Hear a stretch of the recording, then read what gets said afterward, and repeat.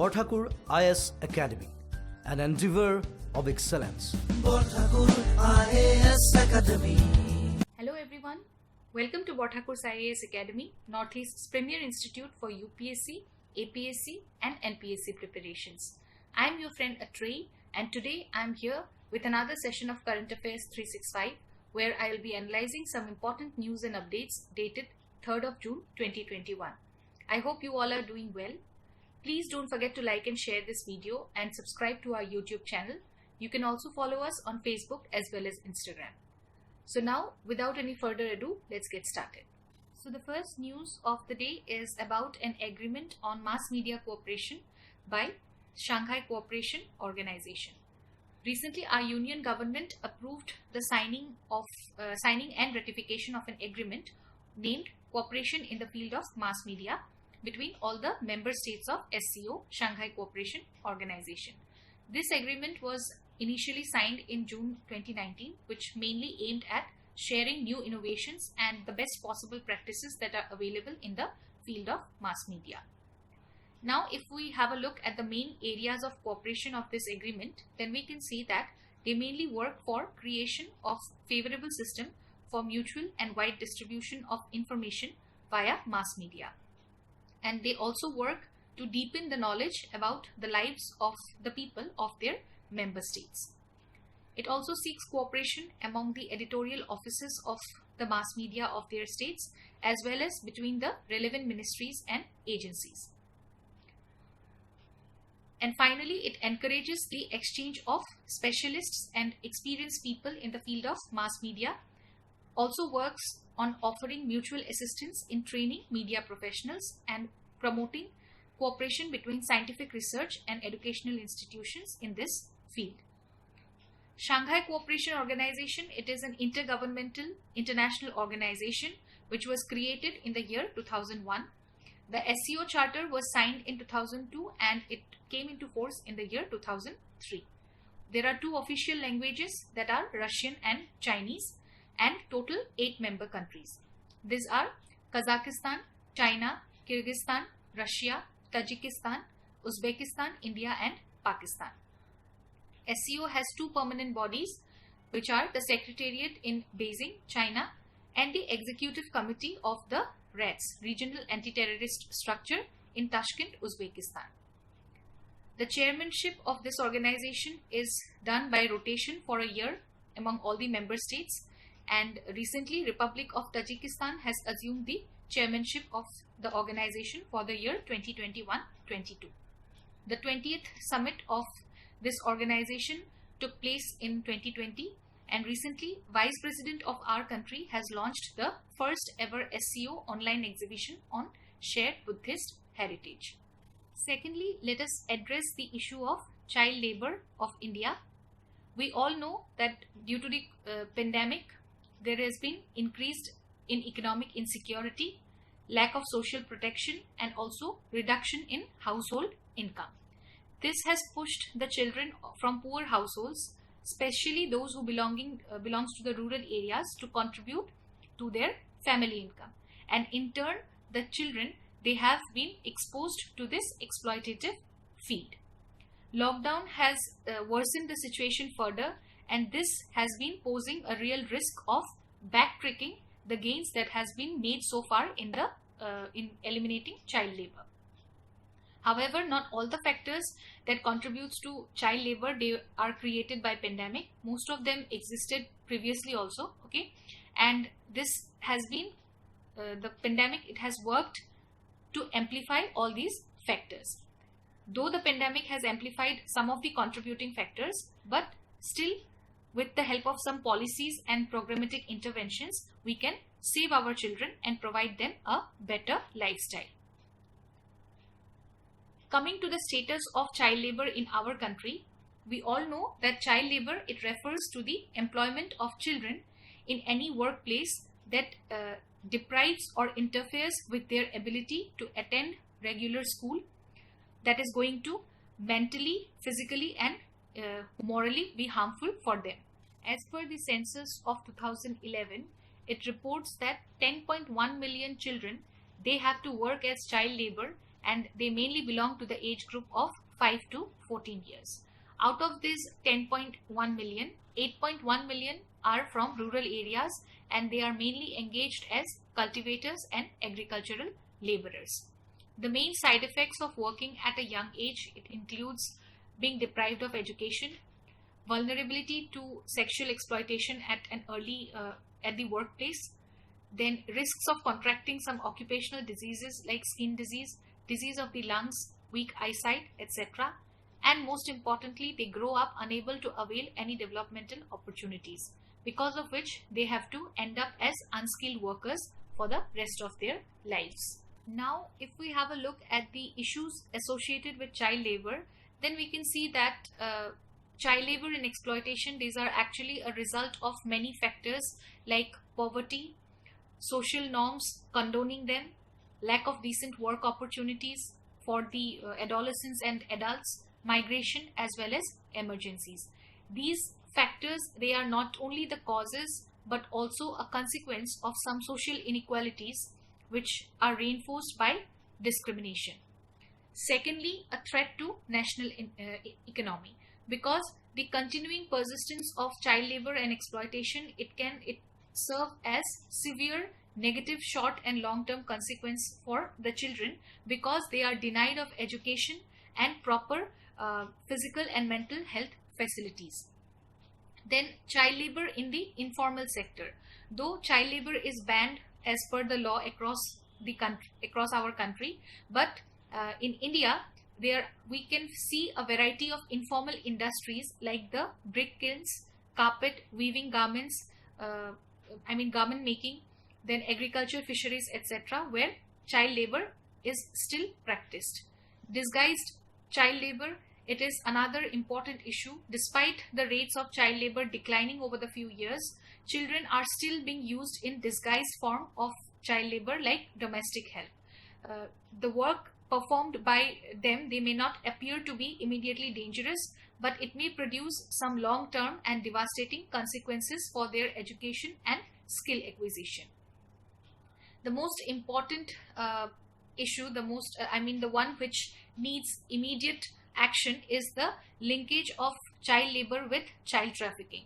Child trafficking is linked to child labor and it always results in their abuse. Okay, trafficked children, they are subjected to prostitution, forced into marriage, or illegally adopted, and they provide a cheap source of unpaid labor, because of which they are forced to work as house servants or beggars and may be recruited into some armed groups. Here we have a lot to work, okay, as a country, as a society.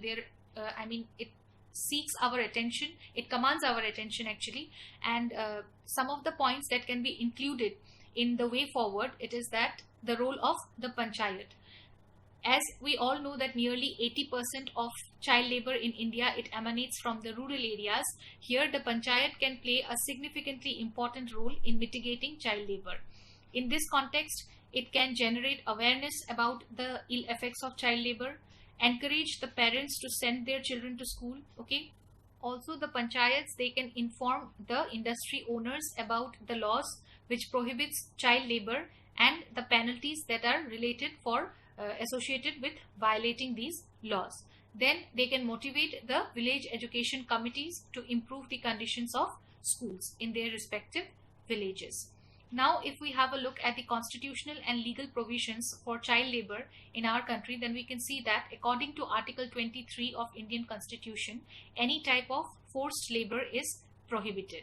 And also as per Article 24, it states that any child under the age of 14 years cannot be employed to perform any hazardous work. In the same manner, the Child Labor Act Prohibition and Regulation of 1986, it prohibits children under the age of 14 years to be working in any hazardous industries and processes. Also, there are some policy interventions such as Manrega 2005, the Right to Education Act of 2009, and the Midday Meal Scheme, which have paved the way for children to be in schools along with guaranteed wage employment for the rural families.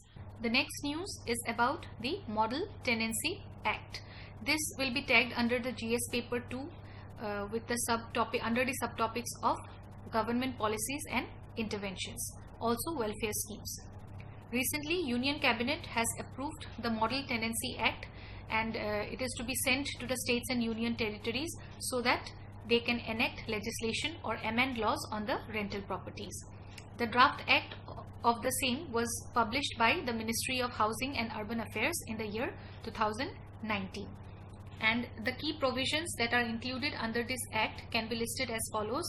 First of all, a written agreement has been made mandatory between the property owner and the tenant. Then it has ordered to establish an independent authority in every state and union territory for registration of the tenancy agreements, and also a separate court known as rent court to take up the tenancy related disputes. Then thirdly, they have limited the maximum security deposit in advance form. Okay, for residential purposes it will be 2 months, and for non-residential purposes it will be a period of 6 months. This has also described the rights and obligations of both the landlord as well as the tenant. And a 24-hour prior notice has to be provided by the landlord before entering the rented premises to carry out repairs or replacement related work. Then it has also provided a mechanism for vacating the premises if a landlord has fulfilled all the conditions stated in the rent agreement and the tenant fails to vacate the premises. Then on expiration of the period of tenancy, the landlord is entitled to double the monthly rent for 2 months and four times after that. This particular act, it will be applied to the premises that are let out for residential, commercial or educational use, but not for industrial use, and it will not cover hotels, lodging houses, inns, etc. This will be applied prospectively and will not affect the existing tenancies. Now, why there is a need for this particular act? Okay, as per the census of 2011, nearly 1.1 crore houses, they are lying vacant in the country, and making these houses available on rent will complement the vision of housing for all by 2022. The significance of this particular act includes a speedy mechanism that will be provided in resolving disputes and other related matters. Then it will help overhaul the legal framework with respect to rental housing across our country. And then this is going to enable institutionalization of the rental housing by gradually shifting it towards the formal market. However, there are some challenges which are associated with this particular act. This act is non-binding on the states, as the land and urban development, they remain as state subjects. And secondly, like in case of RERA, Real Estate Regulation and Development Act, there is a fear that the states, they might not choose to follow the guidelines, which is going to dilute the very essence of the Model Act.